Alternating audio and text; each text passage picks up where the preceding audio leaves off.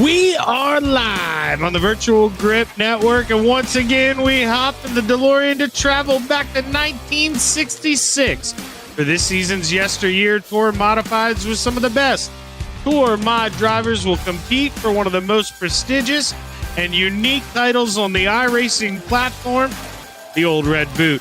I'm Zach Chapman, a.k.a. Shaggy, along with my partner in crime, J.R. Shepard. We're lucky enough to have the heartbeat of EGN, the absolute best at bringing all the sights and sounds, the one and only Ryan Seneker. Last week, the boys had a 250-lap showdown at the Langley Speedway where we saw all sorts of action, along with a first-time winner, Eric Essery. Double E managed to survive the mayhem and stand atop the pile of rubble, but at the very bottom of that rubble was points leader Tom Ogle. Ogle found himself in an early incident, leading to him having the first DNF. This allowed the veteran Kenny Allen to cut the points lead down to a mere 7. And now with 5 races to go in the quest for the boot, we expect things to get even crazier as we head north for 200 laps at the Oxford Plains Speedway. The date was September 18th, 1966. It was a warm, sunny Sunday afternoon where those in attendance would witness a track record 17.27 second lap set by Ernie Grahand leading to the pole. The 300-lap event saw 5 cautions, one of which sent Fred DeSaro to the hospital with a broken leg along with kidney injuries. Massachusetts native Don McTavish would take the lead on lap 270 and hold on to beat Hop Harrington in front of a crowd of 8,000 fans. Don would bring home a heaping $3,200, the equivalent of about $31,000 in today's money. Now, JR, I mentioned that record lap time, and not to shame Mr. Grahand, but times have changed, and I think tonight we're going to be seeing sub 15-second lap times. We're also going to have a new driver this week, but I do believe you've raced with this guy, and not only do we expect big things from him, so does Mr. Hubble AI as they've picked James Lowe for the win tonight. What are your thoughts, and what do you expect as we go 200 laps in Maine at the Oxford Plains Speedway? Well, Shaggy, this is a tough field with a lot of bull ring style drivers that are in it, and I think this race may show the Hubble AI to be wrong for once. We'll have to see how it plays out, because tonight it's going to be frustrating for many of these drivers. This place is 3/8 of a mile in length, but only 9 degrees of banking, and the drivers, they will be turning left almost the entire time around this track. That, along with that narrow racing groove on the inside, is going to make it super tough to pass tonight, which means I expect to see that chrome horn being used throughout the race. The bottom of the track, that's where you need to be, and sometimes moving that driver ahead of you out of the way is the only way to make a pass around a place like this. But Shaggy, the easiest way, and you know this, the easiest way to get to the front is to start out front. I know these drivers have 200 laps here, but this may be the most important qualifying session of the season, especially if you want a realistic chance to win here tonight. Yeah, and, well, JR, hot off the presses here as we'll bring up the points list. Tom Ogle got an EOL here, got a start in the back. I think there was a little feud going on throughout the week. He gets a penalty, and, man, what is this going to do? Is Ken Allen 7 points behind?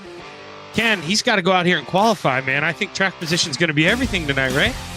It's going to be almost everything. Now, it's not impossible to come through the field or pass drivers here, but it is super tough, and it can literally take you 50 laps trying to work somebody over to make a pass. So definitely Tom Ogle, points leader, having to come from the back.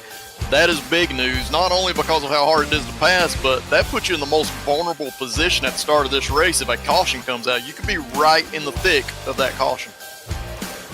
Well, I think qualifying, getting ready to close off here as the music wraps up. We'll get ready to bring up your starting lineup in surprising front row here, JR. The pole, Scott Negus to the outside, Ryan Pittman.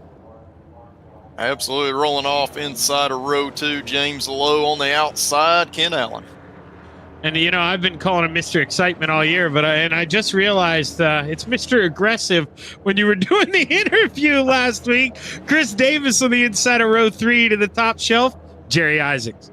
Rolling off in 7th, we got the 22, Bruce Pearson, and on the outside in 8th, the 13 of Josh Buckley. Double E, Eric Essery on the inside of row 5 to the outside, Brian Johnson. Inside row 6, we got Todd Liston, who's had a good season so far. Outside in 12th, Brian Bianchi. Tom Ogle, he's going to have to go to the back here, I believe. He's on the inside of row 7, though, for the grid. Jeff Leemeyer to the outside. Rolling off in 15th tonight, we got Randy Schuler. Outside in 16th, Alan Wanamaker. Torrance Childs and Steve Hilbert going to make up row 9. Inside row 10, we got Chris Hazlip in that 93 car. Outside in the 19, Dustin Martinson. Thomas Hilbert and Gavin Adams going to round out the field in row 11. And we are about set to go here, JR. 200 laps, 14 seconds around this place. Maybe 15 as the tires start to age. This is going to go quick here as the pace truck pulls off. The green flag's high. She's ready to fly. We're underway. 200 laps to play. Absolutely. And right now, priority number 1 is getting to the bottom of the track. We can see up front, we've got Pittman and Negus. They are racing each other hard because they know how important that is. And Pittman's in a vulnerable position. He's got to either make this pass or jump in that hole that's right behind Negus.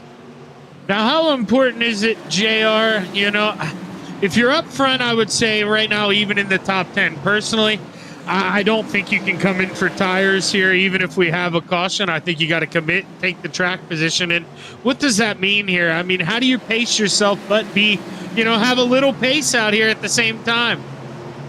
It's tough. Let me be clear. It's super tough around this place.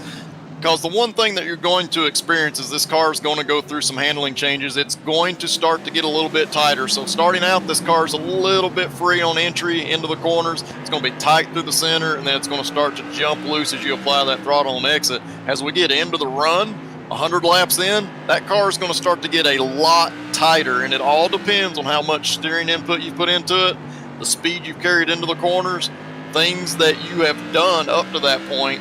That will create those handling issues or non-issues for you. So the way you take care of it, you've got to control that corner entry speed. The only good thing for these drivers tonight is this track, it's so flat, you're not carrying a whole lot of speed to begin with. So it's going to be a little easier to do that, but you've got to keep it on the bottom. We see Chris Hazlip out here on the outside. If you get stuck on the outside for a long period, you're going to overheat that right front tire. Yeah, and, the lipper's stuck on the outside. Ken Allen looked like he was going to get back to the inside, but he gets shoved to the outside one more time. And we got the 30 of Gavin Adams. He's slow off the pace. Not going to lose a lap. Gets back out there, but boy, oh boy, Ken Allen finally gets in line. But Ken Allen, it seemed like he was up there for a lifetime, JR. Stuck up there 8 laps, and now look, the 88 here, I believe. Is that the 88? Pittman stuck to the outside. Yeah, Pittman had some issues in the last couple of laps. Went a little wide in one of the corners. That let Lowe by, and now Chris Davis, and you see Jerry Isaacs working him over on the inside right now. So if you ever get stuck on that outside, you have to do everything you can to get back down to the bottom. Otherwise, you will just get freight trained. And I feel like, oh, man, as we see the contact there, Pittman a little bit. If you're going to pinch the guy down, JR, me personally, from what I'm thinking, looking at it up top, you got to do it on corner entry. You can't try to meet the guy in the middle there once he's established. You got to kind of upset him a little bit. If you make a little contact, maybe you can pick up that accelerator a little early or possibly pinch him off the exit. But, man, you don't want to meet him down there in the middle of the corner. Yeah, absolutely. I mean, this is a track that you obviously want to be on that inside line right against the curb. But even though you're running right against the curb, the fastest way is for that inside car to move up a little bit in the center and do almost of a diamond type line. So if you're that outside car and you try to meet them in the middle, there's probably going to be contact. You need to do exactly like you said, come in as shallow as you can. Oh, we see some contact there, I think, between Liston and Pittman. Pittman's finally going to get down. But yeah, absolutely. You need to come in shallow if you're that outside car. And another reason for doing that here is that there's absolutely no grip on that outside. The higher you enter the corner, the less grip you have throughout the rest of the corner.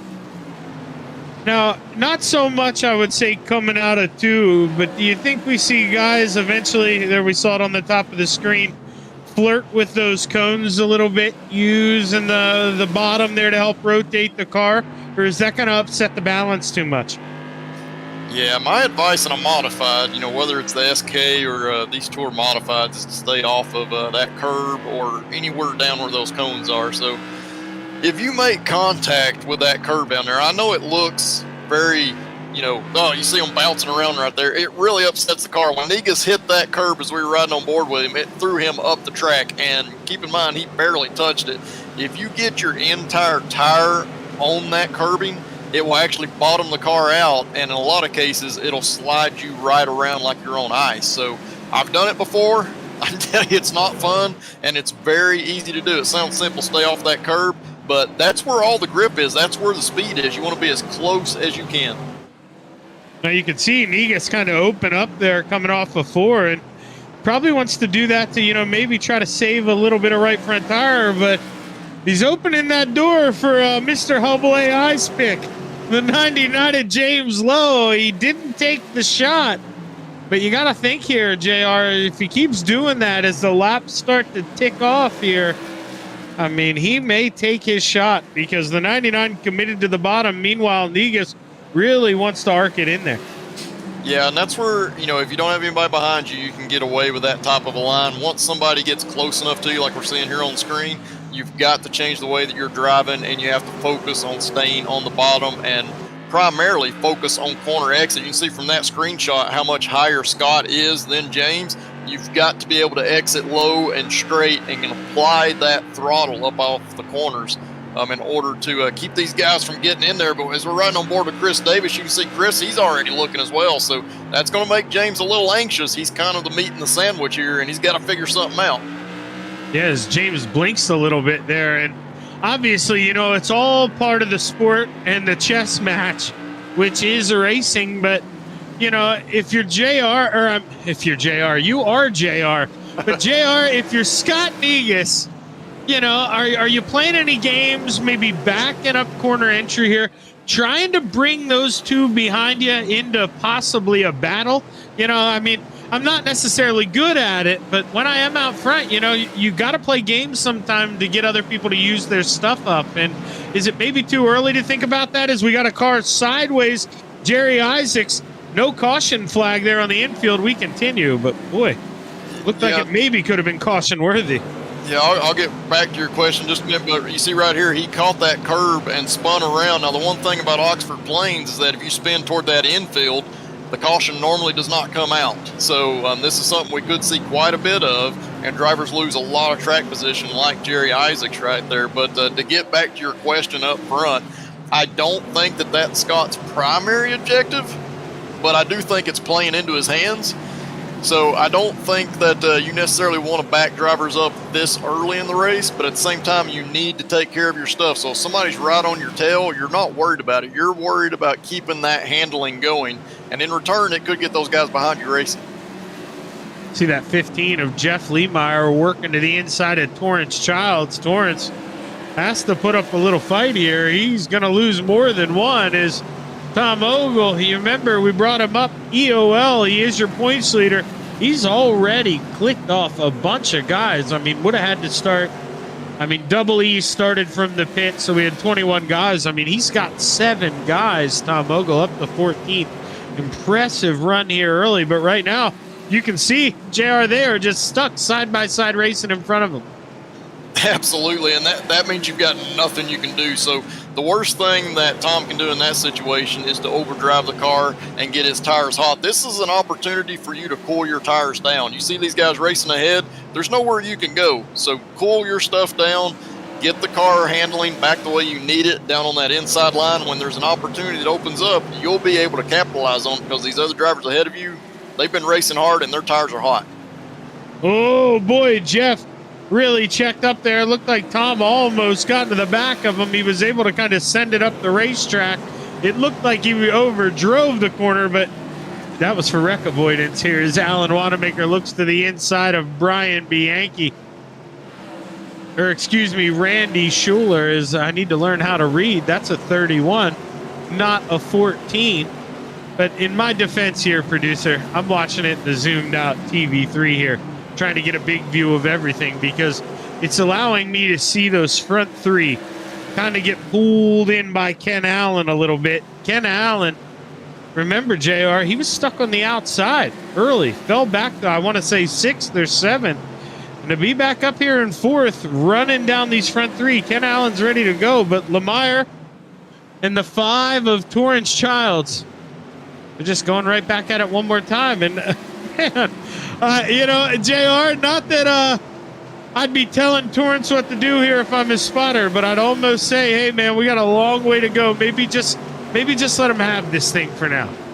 Yeah, definitely. You know, we talked about it just a little while ago. Being on that outside lap after lap after lap, it really heats up your tires. So when you are finally able to get back down to the bottom, you're not able to run the line you want to run, and you end up drifting up, and that gives the guys behind you opportunities to make passes. So it's not a good thing to be stuck in that outside line. If you're out there, you want to get down as soon as possible.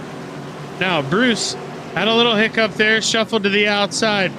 I was going to say, JR, and I almost interrupted you because I was going to say this, man, he's going to do the opposite. He's going to save his stuff. He's just going to let these guys go.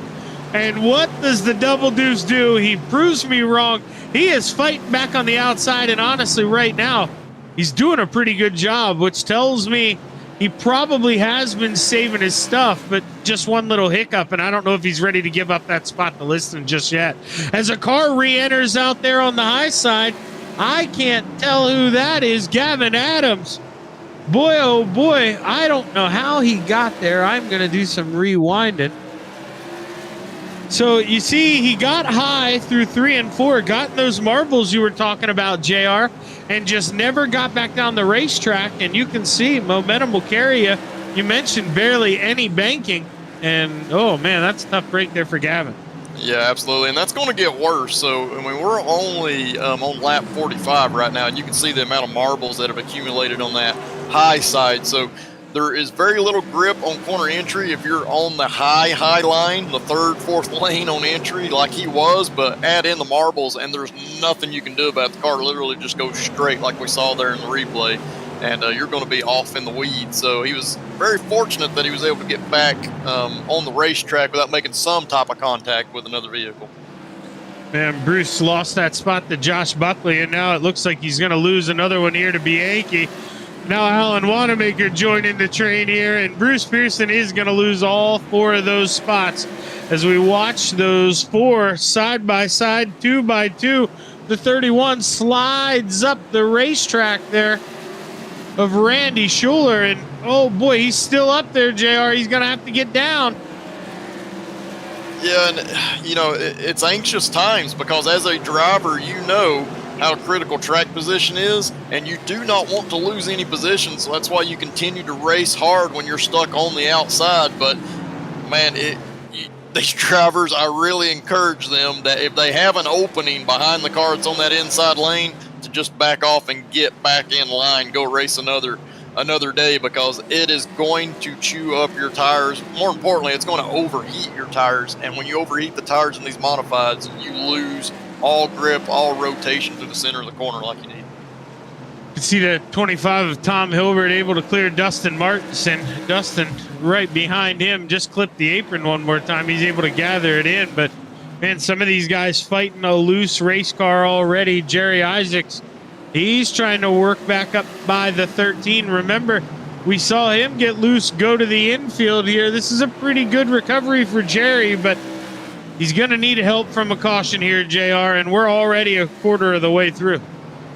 Yeah, absolutely. Going to have something to help you get caught back up. No matter how fast you are, if you lose tons of track position, you're not going to be able to make it up on your own here unless something really weird happens, and I don't anticipate that. But yeah, this is one of those tracks where track position is super critical. Not only if you're a car that's out front, but if you're a car that's running 5th or 6th, you want to be as close to that leader as possible because you just can't make up the ground. At some point, these guys are going to be in traffic because of the lap cars. We've seen some of it already, but they're going to be in more of it. And that is opportunities for you to kind of capitalize and either gain time or potentially lose time. And that's what we're going to have to keep an eye on as we get into these laps. Probably around lap 100, so we're going to see a lot of that start to come into play.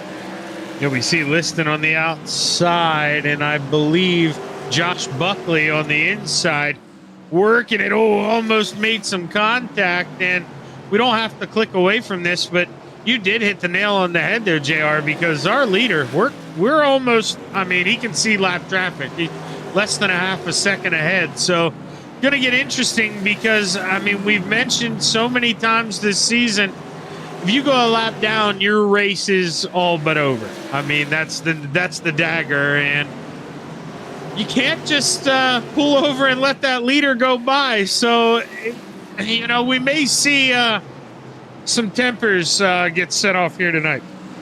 Absolutely, and that's where that chrome horn bit that I talked about in the opening comes from. You don't want to hit somebody with that bumper.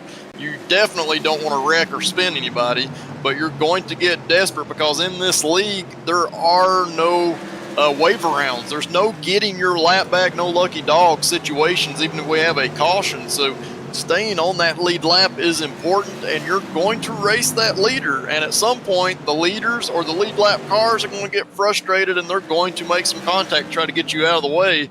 And it's situations like that that sometimes turn into some contact that is unfavorable for multiple drivers.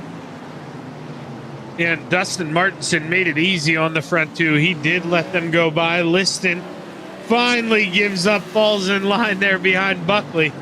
You can see the front two there. Oh, we got a slow car high, Torrance Childs. No caution. We continue. Leaders go by.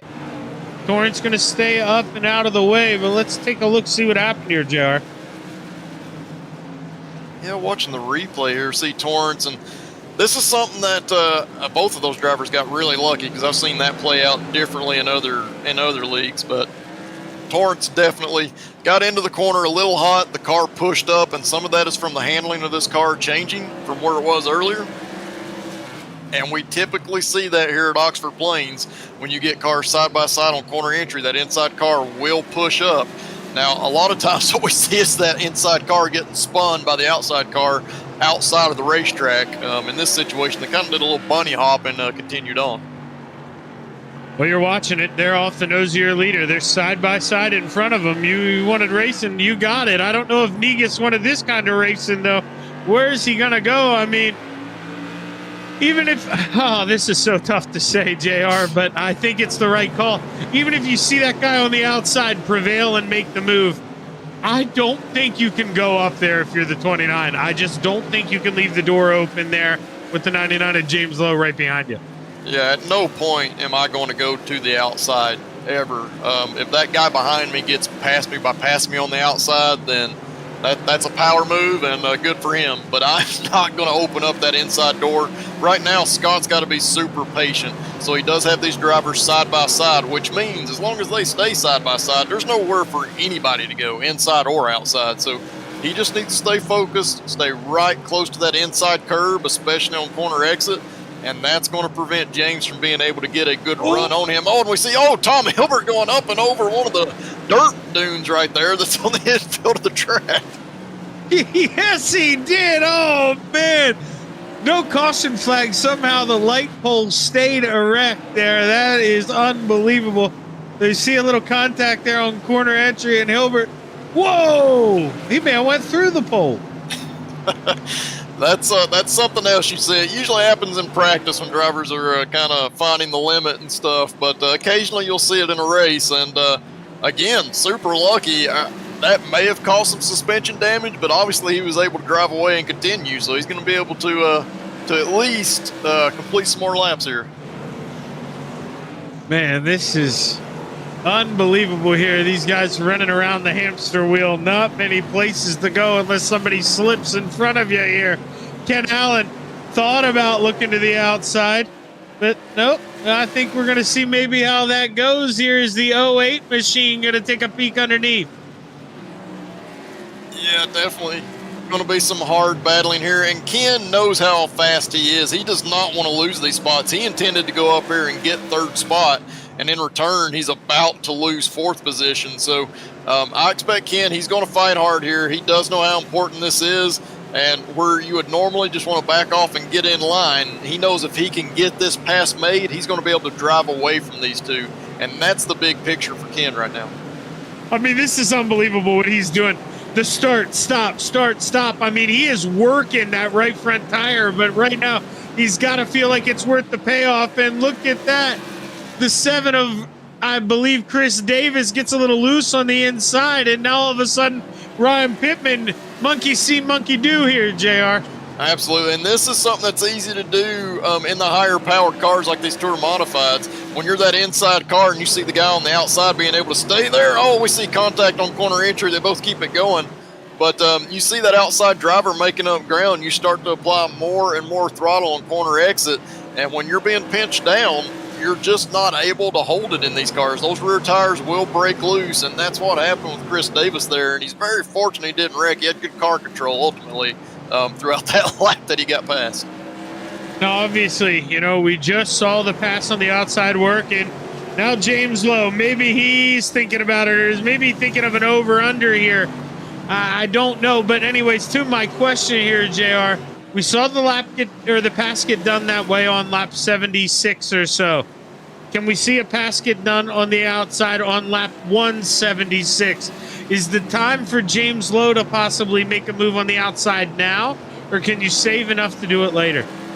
I think you can save enough to do it later, but ultimately, only these drivers know how their car's handling, how it feels, and what they're observing from the driver in front of them that they're trying to pass. And there are points where you feel like that driver in front of you is very vulnerable, and you feel like your car is handling good enough that you can attack. I think that's what you're seeing from James here. He's starting to try to attack. So far, it's not worked, but everything that you're doing is kind of getting Scott to look in his mirrors and think about what's going on, and just maybe you get Scott to change what he's doing enough that it gives you an advantage. And that's why you're seeing a lot of that moving around. Just get Scott thinking. Now, Jerry Isaacs, he played Mr. Nice Guy there, a lot nicer than I would. He got out of the way, but I got a feeling not the next car up the road, I should say, but the 13, the point leader of Tom Ogle. He knows what it would mean to go a lap down. He cannot let that happen. You got to think that thing, he might make that thing a triple wide here these next 120 laps, unless we get a caution. Yeah, it's definitely going to be going through his mind, and I think he is definitely going to race the leaders hard. He's not going to be one of those guys that just moves over like we've seen so far, because here's the deal. So Tom's running in 12th place right now. The driver he's racing for in points is Ken Allen, and Ken Allen's up in third. We saw that ultimate move that he made. And up front, I'm sorry, I just saw Negus almost get into the back of Hazlip there, and that almost created an opportunity for James. Didn't work out, but this is very trying times for Scott. He's got to stay focused and keep it on the bottom.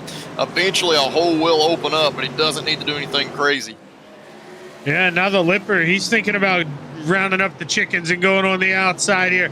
Look at him. He's got the momentum. He's going to try to make a run. And if you're Scott Negus right now, JR, that is the worst thing you could have just watched happen, because now I think that put that bubble here and that little thought bubble above that 99, because he just saw it work for the first time.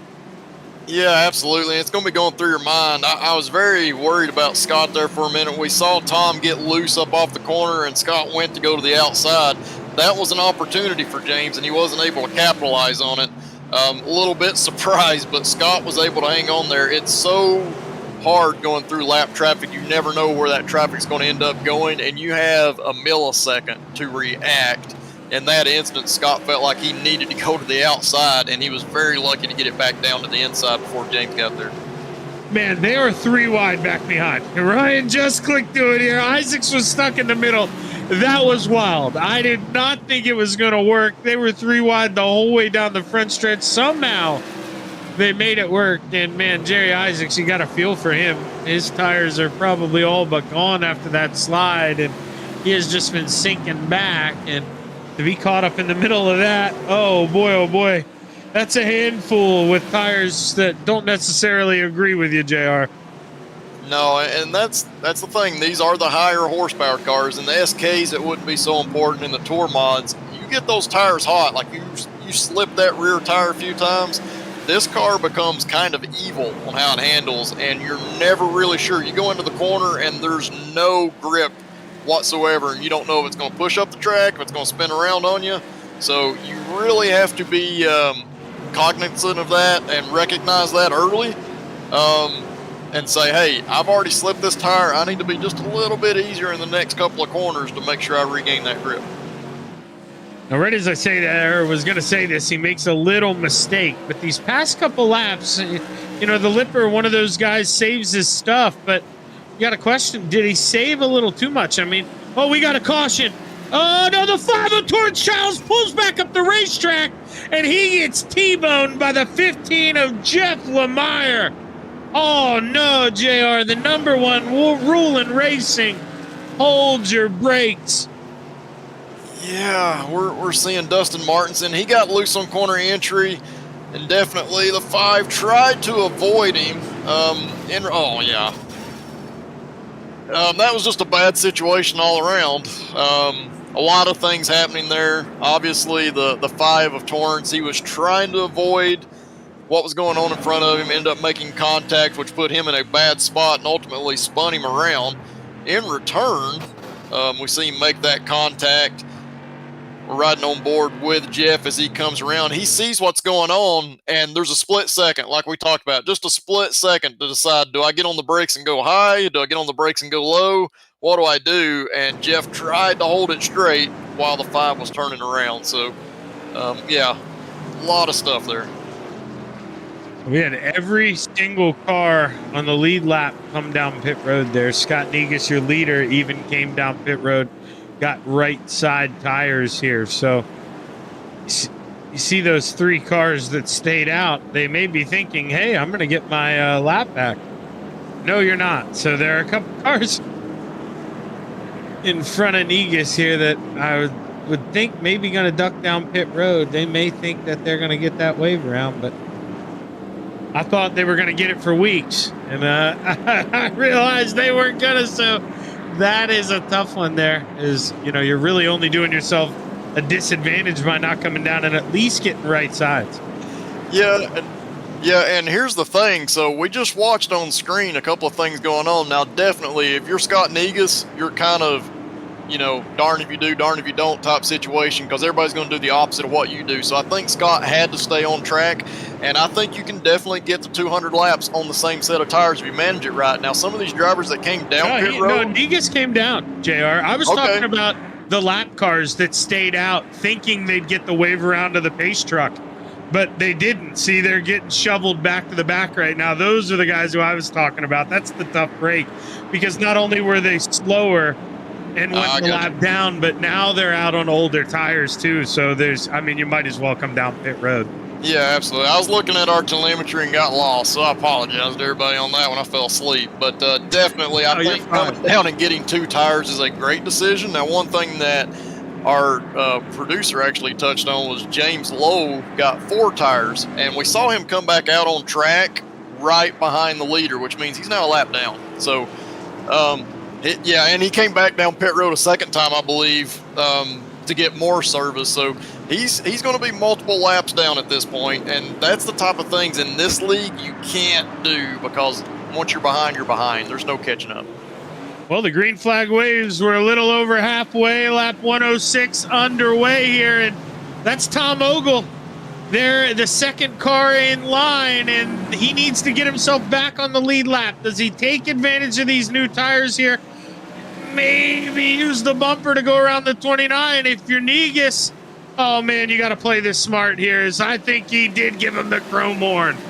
Yeah, I mean, definitely. Ogle's been on the other side of this, so he knows how important it is to go. He's got to go. It's his only way to get back on the lead lap is to make this pass. Now, Negus cannot get stuck on the outside, because he is racing that 08 car that's right in 3rd place right there in line. That's actually your 2nd place running car.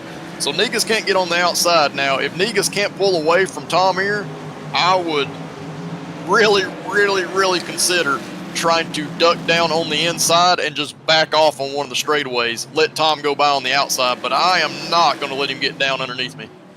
And this is, you hit the nail on the head. Ding, ding, ding. If I'm Negus, I'm doing that right now. He's looking to the outside, crack the throttle, let him go by, but I don't think, man, you know, Negus right now, you can't blame him. You're focused on leading the race, but I think if he was up here with us, to get a sense of the overall picture, it might do him benefits in the long run to even force that 13 to, you know, maybe drive up through the field, create some chaos here if we would get another caution. Yeah, and it's tough right now. So Negus is deciding, am I fast enough to stay in front of that 13? If you're fast enough to stay in front of him, that's what you need to do, because you do not need that 13 holding you up. Otherwise, if 13 was hounding you like we saw some of that contact early into the run, you need to just get out of the way and let him go. But do not get yourself in trouble. And you see Tom working that high side. At this point, if he gets almost fully alongside of me, I'm going to lift and let him go. Yeah, and that's why I say, you know, I think you nailed it with the lift and let him go, because once again, you don't want to show the guy in P2 the power move on the outside. You don't want to show him where you're maybe a little weak. So just act strong here, you know. Fold this poker hand because you're trying to bring home the big pot at the end. I mean, you don't got to play everything. Yeah, absolutely. It's still early in this race. I know we're past halfway, lap 115. 85, 84 laps to go at this point. Still a long way, but as we're watching on screen here, we see Tom. Tom was trying to make that outside line work on our leader, was not able to do it. In return, Ryan Pittman was able to get back underneath him. So now Tom Ogle is falling through the field. His chance of getting his lap back is now gone. Yeah, and that's just the reality of the situation. He needed to get there. He tried, maybe expended a little too much doing so, and you're watching the 99. He was running around in P2, but you know what Mr. Hubble AI didn't account for, JR, was that auto pit stop button. And I got a feeling James Lowe's first race in this league, everybody, I don't care who you are, you forget that if you take 4 tires, you're going to go a lap down. And that's got to be what happened to the 99. Yeah, absolutely. And if you're in short track racing leagues, a lot of these leagues, they don't have pit stops. You don't have to worry about these things. But the thing to know about the modified series is if you're in one of these races where you can come down and make a pit stop, you do have that opportunity to get tires and fuel. It takes a long time, number one, to fuel these cars. So you either want to take very little fuel or no fuel at all, because that's going to slow your pit stop down. The other thing is the tire change. These are not NASCAR style pit crews that are servicing your car. They're not going to change the tires in 10 seconds or less. So this is going to be a thing that you have to remember. If you're on a larger track, you might have the opportunity, you might have the time to do the 4 tires, but on a bull ring like this, you are never going to get 4 tires changed before that leader comes back around. The only way you have an opportunity to do that is if everybody in the field pits. Wouldn't that be something if iRacing gave us individual characteristics of our race team? You know, we had to allocate points to the motor, the chassis, and your pit crew. And you know, you could pump up that pit crew. You know, maybe you're not as quick on down the straightaway, but you're going to change tires in 12 seconds. That would be something. I'd be all for that. I've lost out plenty of times with my pit crew being just slightly slower, and I have no idea why. So I got to figure out something. I don't know if I'm feeding them enough or what, but my pit crew is always a little bit slower for some reason. You're seeing guys kind of settle down here. It's turned into single file over most of the racetrack, and you got to think Ryan Pittman now probably just trying to pace himself here. And Ken Allen, I mean, he mentioned last week in the interview, JR, he was well aware when Tom Ogle had the early incident. You got to think he knows that Tom Ogle is a couple cars behind him, stuck a lap down, and Kenny, I doubt, makes any big heroic moves. He's probably just fine where he is there on the bottom step of the podium. Yeah, Ken knows exactly the situation. He's very good at that, and he's a very good short track driver, especially in these modified. So he knows what he needs to do, and right now I like what he's doing because he's found an opening. he's got equal distance to the car in front versus the car behind. There's nobody putting pressure on him. He can sit here and run the line he wants to do, take care of his car. Now, if an opportunity presents itself late in the race for him to go up there and potentially get second or maybe even the win, he's going to try it, but he's not going to do anything crazy. He does not want to lose those points that he is making up on top right now. See that 51 of Jerry Isaacs getting up and out of the way again here. He gets way up there. He keeps it on the racetrack, though. That was close. He could have went out there and kissed the dirt there if he just leaned to the outside. Doesn't try that again through 3 and 4. Gets a little lower, but he wants to give Ken as much room as he can here. And right now, Jerry Isaacs, he is just on a Sunday drive, man. He's enjoying this beautiful weather out here. If I'm one of those cars that's on the lead lap and I see a driver getting that high at this racetrack, I get worried because it's very easy for somebody to over throttle, get loose coming off the corner and come down the track into you. But thankfully, it's Jerry Isaacs that's the one out there doing it. He's got good car control. He knows how to drive this thing. And like you said, he's giving these drivers plenty of room so that they can race. I'll tell you, Ryan Pittman almost just wrecked coming off of 4. He was able to gather it up, but you see that gap to Negus. It's really gotten bigger. Ken Allen almost right behind him now. He had his hands full, JR. I think he clipped that berm a little bit. You tried to warn him, but man, he didn't listen. You get too low out down there, you're going to get yourself in trouble.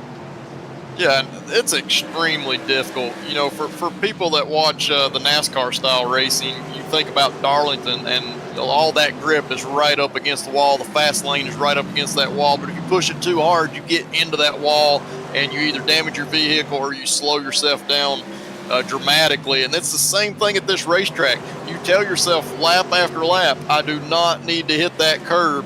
But eventually you end up hitting it. And it's all about how you react to it. So Ryan did a great job of not overcorrecting and getting that car big time out of shape. He's able to continue to race. But again, we haven't talked about it a whole lot, Shaggy.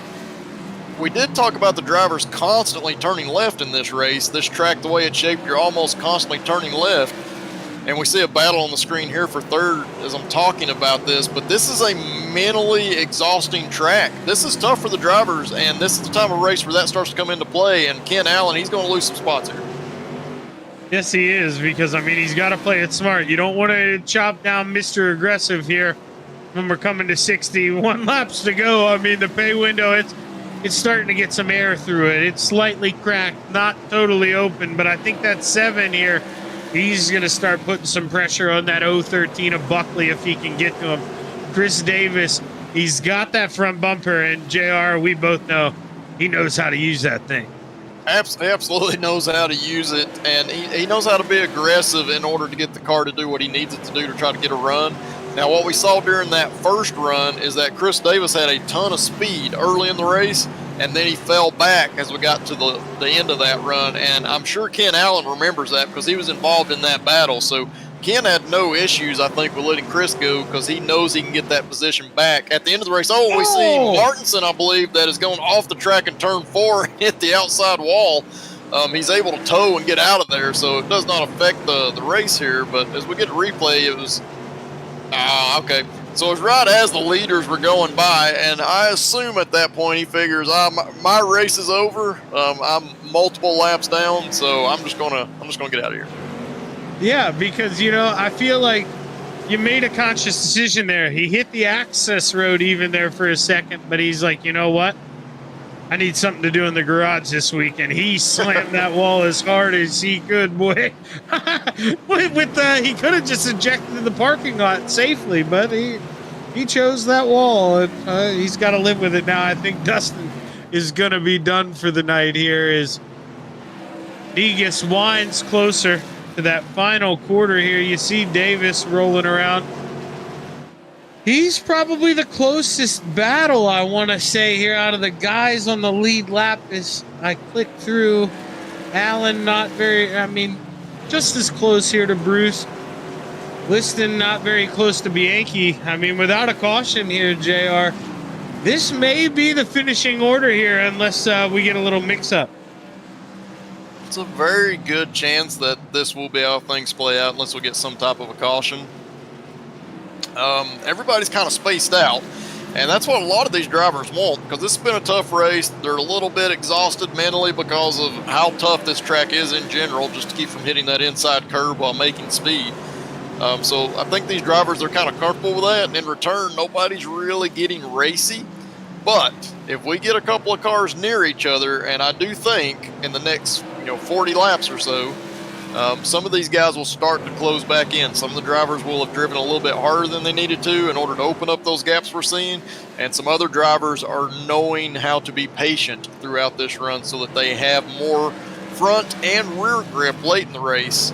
And one of those drivers I'm kind of keeping an eye on is Josh Buckley there, who's in third place.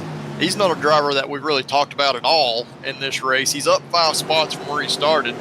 And he is a driver that knows how to take care of his stuff. We've seen him in other league races, and this is the type of track where you're going to have to do that, because it can pay big dividends toward the end of a run if you have a lot more grip than that driver in front of you.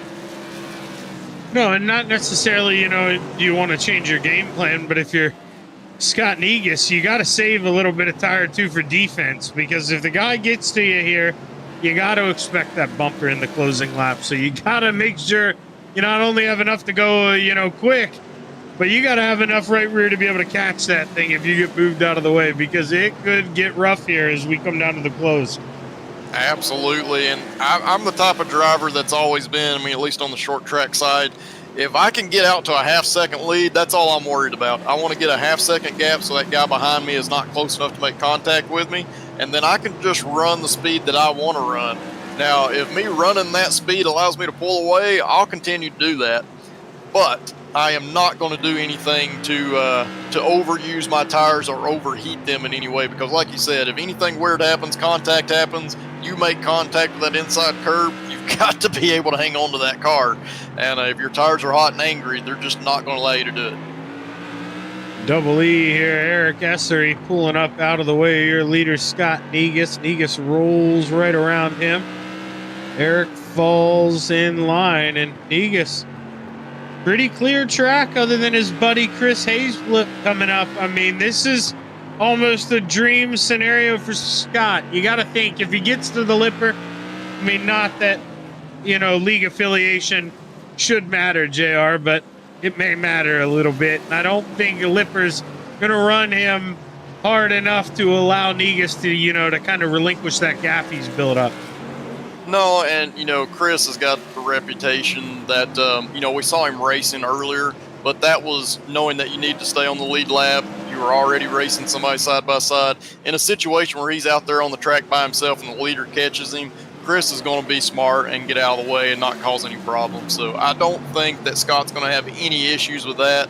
At this point, we got about 37, 38 laps to go here.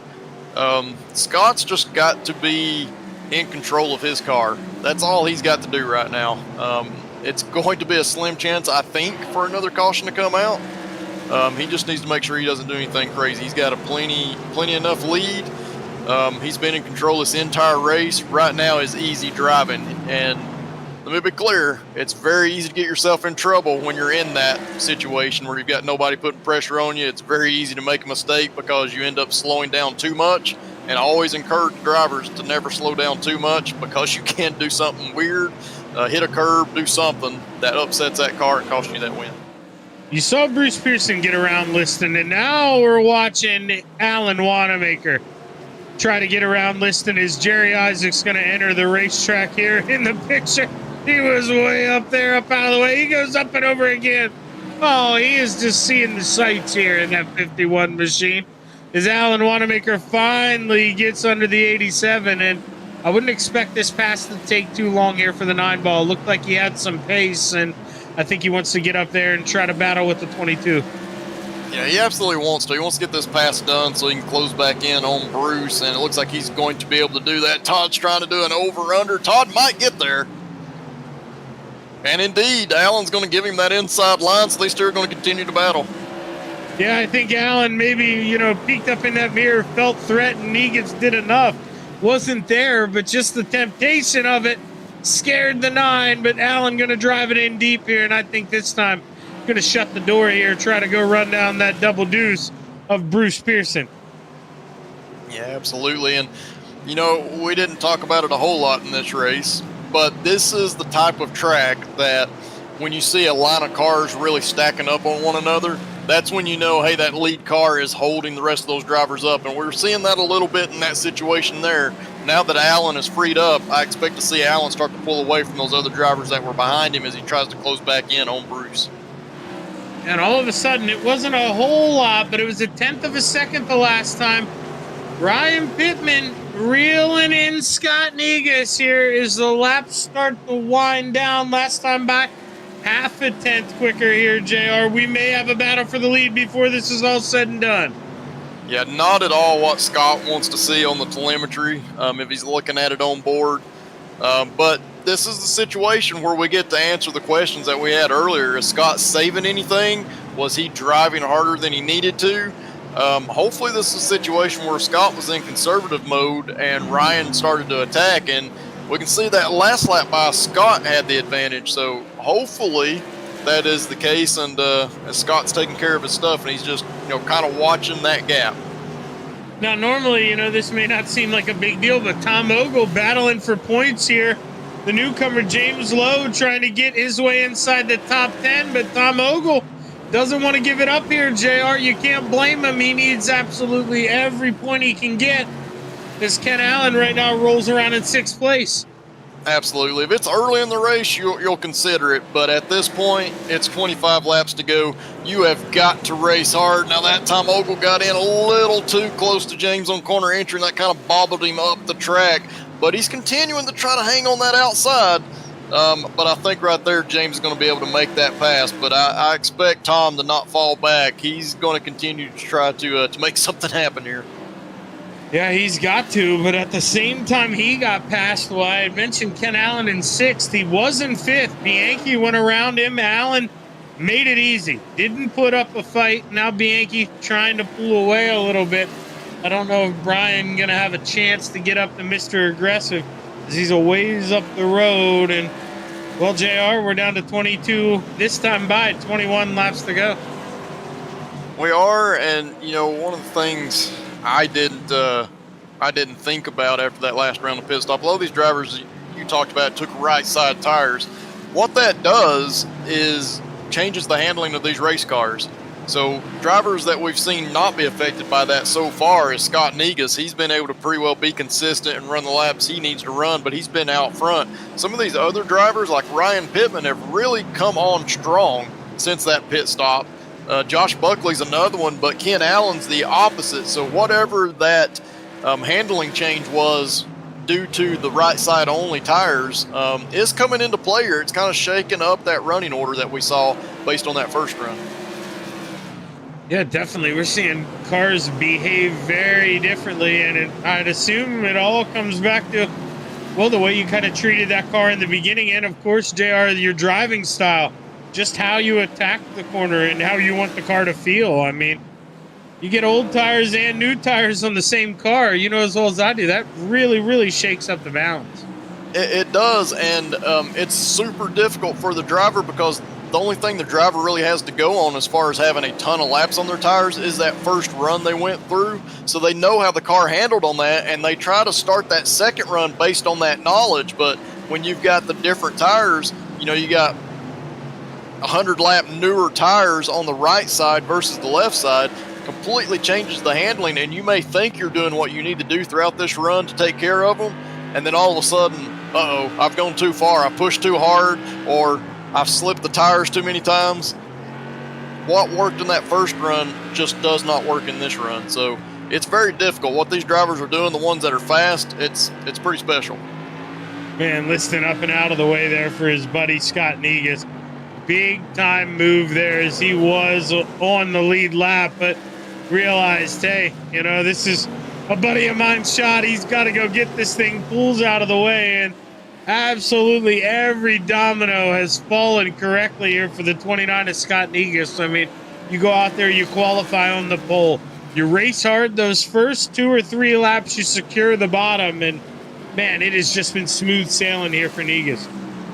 It absolutely has. This is a dream race. This is the type of race that you want to have when qualifying is involved. If you can go out there and grab the pole, your goal is to just lead every lap, be in control of this race. And he truly has been. We saw how much pressure he had on him during that first run. For almost the first 50 or 60 laps, he had somebody right on his bumper. It's so easy to make a mistake or slip up, and Scott didn't do that. So this is the type of race that you dream of. He just needs to capitalize and finish off in these closing 9 laps. It's another battle for position there. Brian Johnson trying to work his way around Tom Ogle. This is for P11 here. They almost made contact going down the backstretch last time. Johnson, oh man, almost got him at the line here, but they are going to race side by side. Ogle, he just can't give these points up here. Yeah, it's tough. And when you're in that situation, when your tires just aren't gripping up and you've got competitors that seem to be faster, it's so hard to stop the bleeding. You want to race hard, but you don't have anything to work with, and you're fighting, trying to keep that position. But ultimately, those competitors, they just have more grip, and they're just able to easily go by. Well, 6 laps to go here, this time by JR. In about 1 minute and 30 seconds, we are going to be all set and done here. Ryan Pittman right there in the back half of your screen. He is running out of time. He is close enough to see Negus. And Negus now, I mentioned every domino was falling. Well, now he's coming up on side-by-side battling here in front. I guess we get a little lift out there. Maybe gonna let him by. Can't tell here. Gives him the bottom. This may benefit Negus actually more than it will Pittman, because you see Pittman, he kind of gets pinched down coming out of the corner. He has to readjust. And all of a sudden, Pittman, he gives about a 10th up there in corner entry. This is... boy, oh boy, I don't know if he's going to be able to get there, JR. 3 laps to go. Yeah, it's going to be tough, but yeah, if I'm Negus, I am freaking out a little bit. Now, obviously, we saw Allen. Allen got up out of the way once Negus got there, but I want those lap cars to recognize that it's the closing laps and I'm leading this race. I don't need to be held up, and I think you're going to see Tom up ahead. He's going to also move wide to give those leaders plenty of room. So at this point, I'm taking a deep breath if I'm Scott, because I'm like, thank you. Thank you for getting out of the way.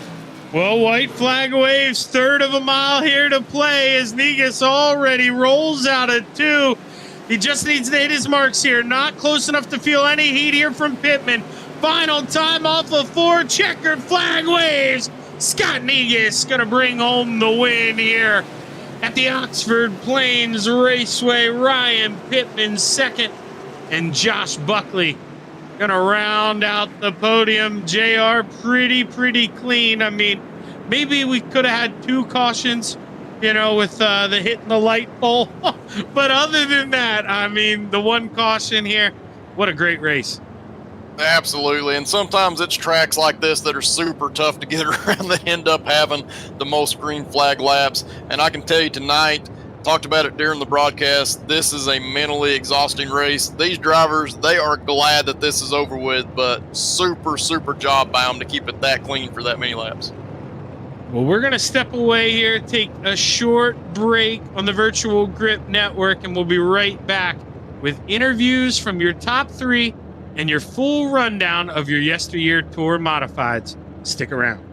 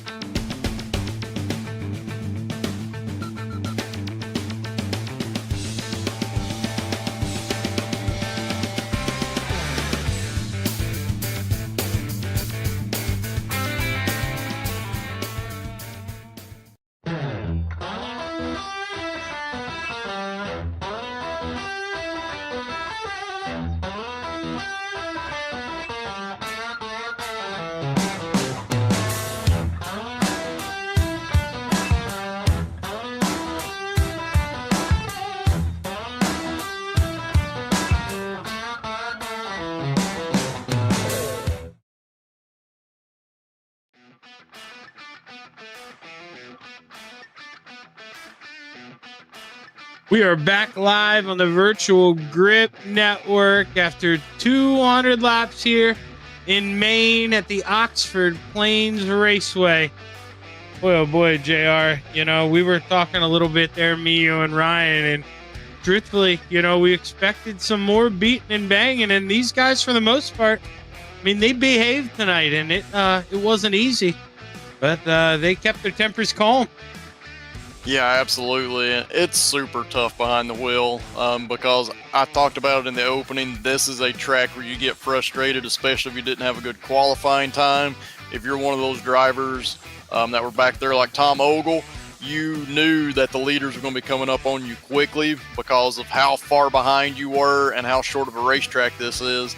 And it's super, super easy to get upset, make contact with somebody, get frustrated, and we just didn't see a whole lot of that. So I think it's a testament from where these drivers have come from throughout this season.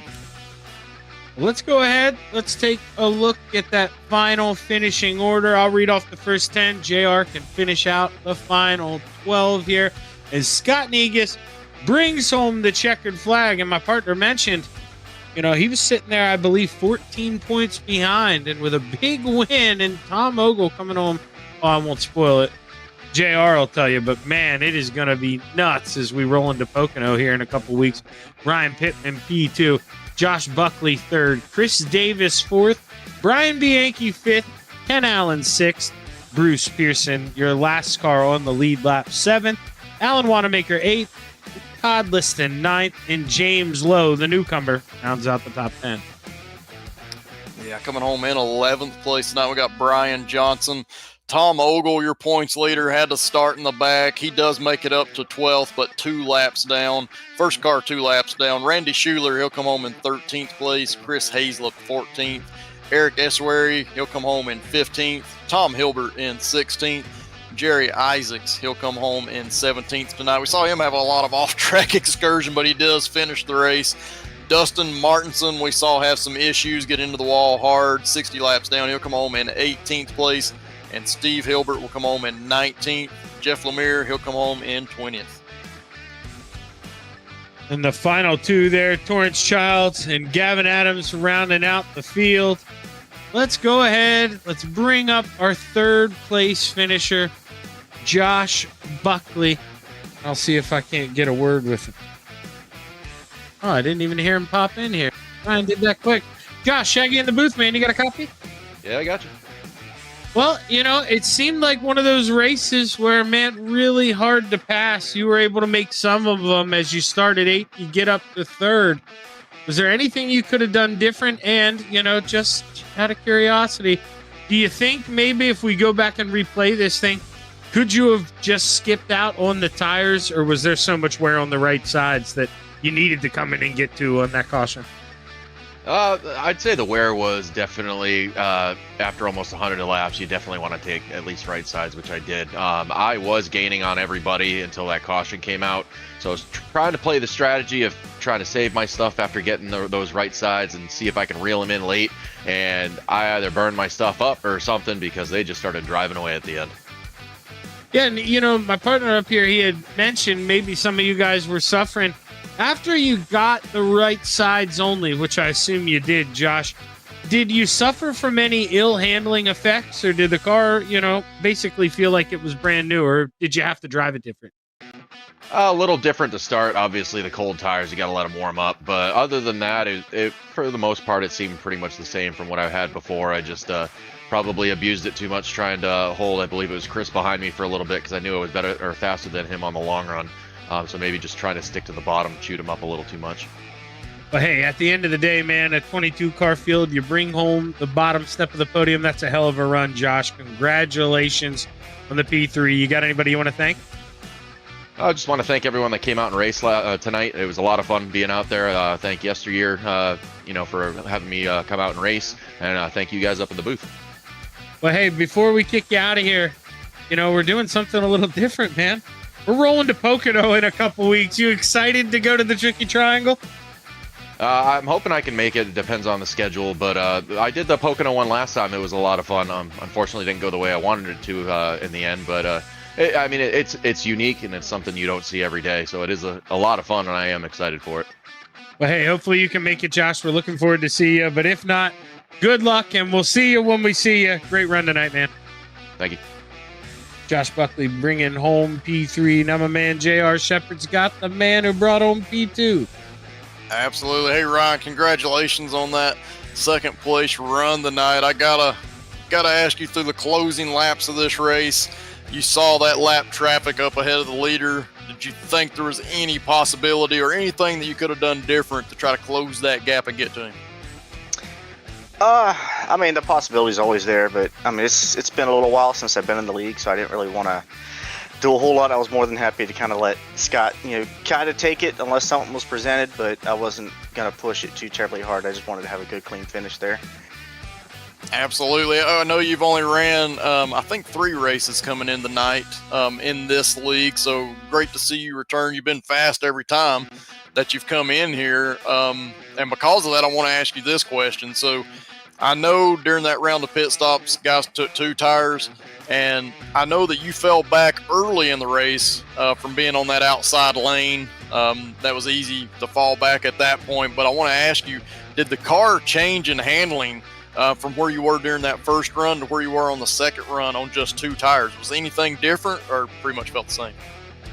I mean, I guess from 2 to 4, I mean, we were never really pushing it that hard anyway, so to really get a gauge of the car, I mean, I couldn't really tell a whole lot. We were just kind of rolling there at the beginning on both sides. Yeah, the beginning of the race there where I started to fall back, I hadn't raced in this league a whole lot, and I didn't want to go out there and try to force down or do anything too crazy. I wanted to get a grasp of the guys first and what all before kind of going at it. So that was a lot of fun though. That's a great point that you brought up, because the tempo of the race changes as it goes on. So definitely the handling could change, but not because of the tire the tire difference that you have. Just the way the pack is bunched together earlier in the race. So I want to ask you, guys have a couple of weeks off in this league. Do you plan on coming back the rest of the season? And if so, are you going to be at Pocono when they come back in about 3 weeks? Because that's a unique race in these cars. Yeah, I probably won't be at Pocono. I'm a short track guy, so Pocono just doesn't really fit my style. I had a really good run there last time we were there, leading on the last lap, and I just, somebody ran on the apron, and I didn't want to block it down there because I kind of have a personal rule about myself about not going on the apron and trying to force your way up. So I just kind of stuck it on the line, and he went to the apron, and I let him up, and that kind of was the end of the race. But I probably won't be at Pocono. I just don't really vibe with those bigger kind of tracks. I'm a short track guy through and through. I can understand and respect that, man. Absolutely. Hey, again, congratulations. You've shown a lot of speed every time you showed up. Hope we get to see you more throughout the rest of this season as it closes down.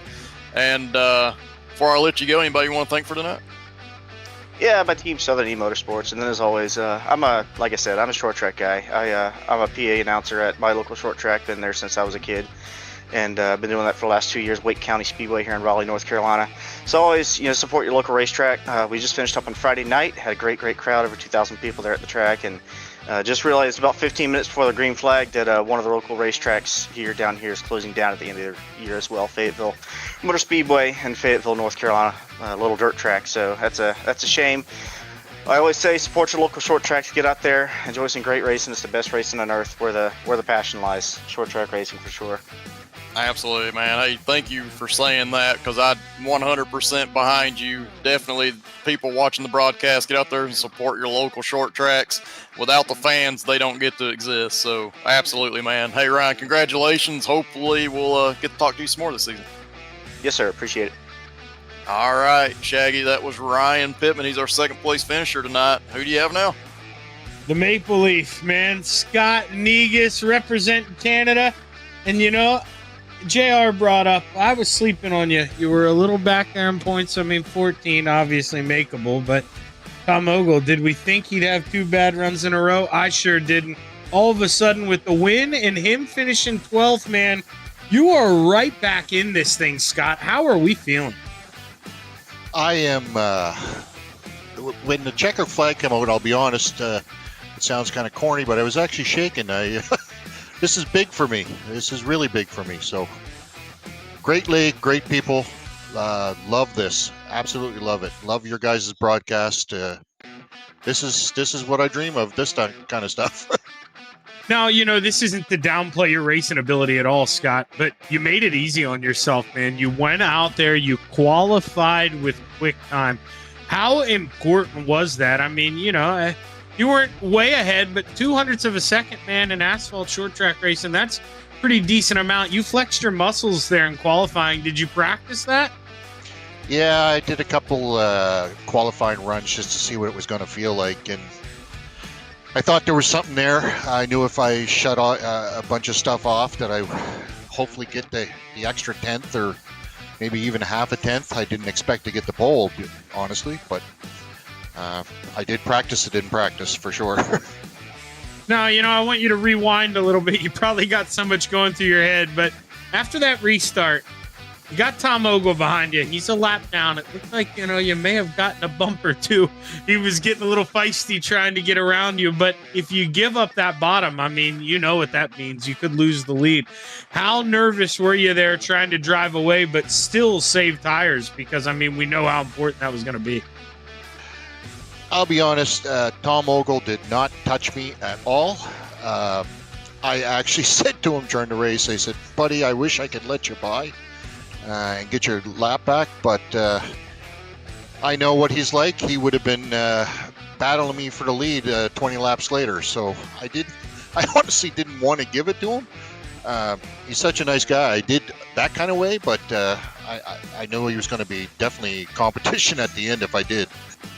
Now, obviously, it turns out to be a great move, but Scott, you're leading the race when the caution flag flies, and how nervous were you going down pit road first? Because, I mean, we know we've seen it so many times where the rest of the field will do the exact opposite of what the leader does. I mean, were you nervous at all?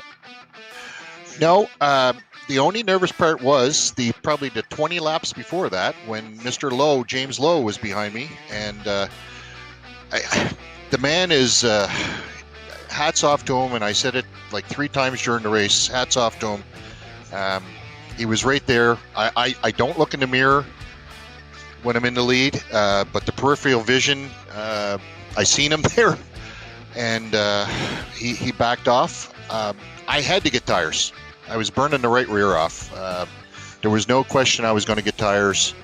I had to get right sides. I didn't honestly care if I knew it was about the halfway mark, so I was hoping something would have happened if I did fall behind, but it worked out. Yes, it did, Scott. And now, like I say, man, I'm anxious to see this update. You are right back in the hunt and for a championship with 4 races to go. And the next one coming up in a couple weeks, man, the Tricky Triangle. How excited are you to go to Pocono? Never done it in this. I actually went on a couple nights ago and did some practice runs because it's set up in the sim now. I'm very curious to see what it's going to be like when we get in the draft.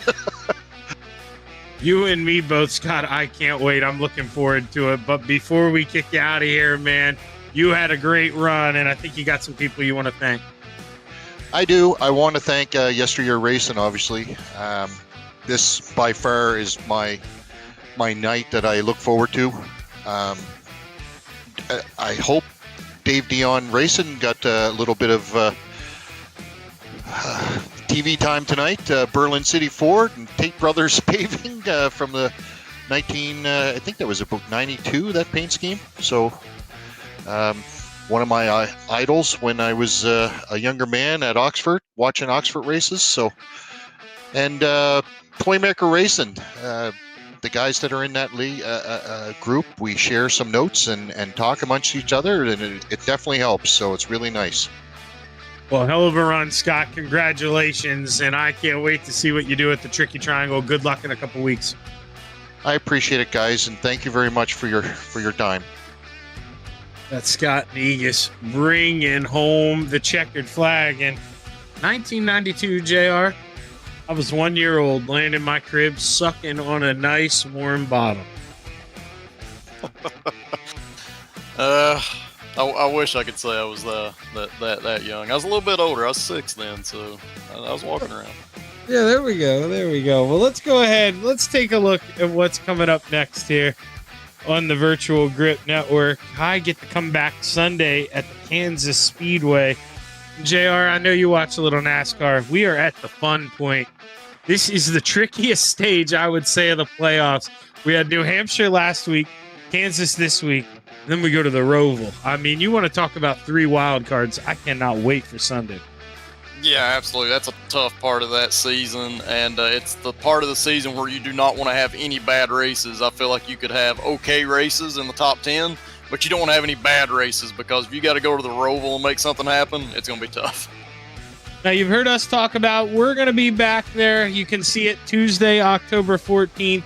I've got a couple weeks off, but JR, he'll be back, I believe, next Tuesday with Soup. You're at the Phoenix Raceway for the triple bypass. Are we looking forward to that? Phoenix is always an interesting race. There's a lot of different lines that drivers can run, and you're never quite sure who's going to win those races. It seems like you can see people dominate, and then at the end something happens and someone unexpected gets it. So that's going to be a race you definitely want to tune into and watch, because it's going to be a little unpredictable, I think. Well, pretty quick night here on the Virtual Grip Network. That 200 laps happened in a flash, and we are going to call it a night. I'd like to thank my partner, J.R. Shepard, the dude in the back, Ryan Seneker, and last but not least, we at the Virtual Grip Network want to thank all of you for tuning in. Have a great night.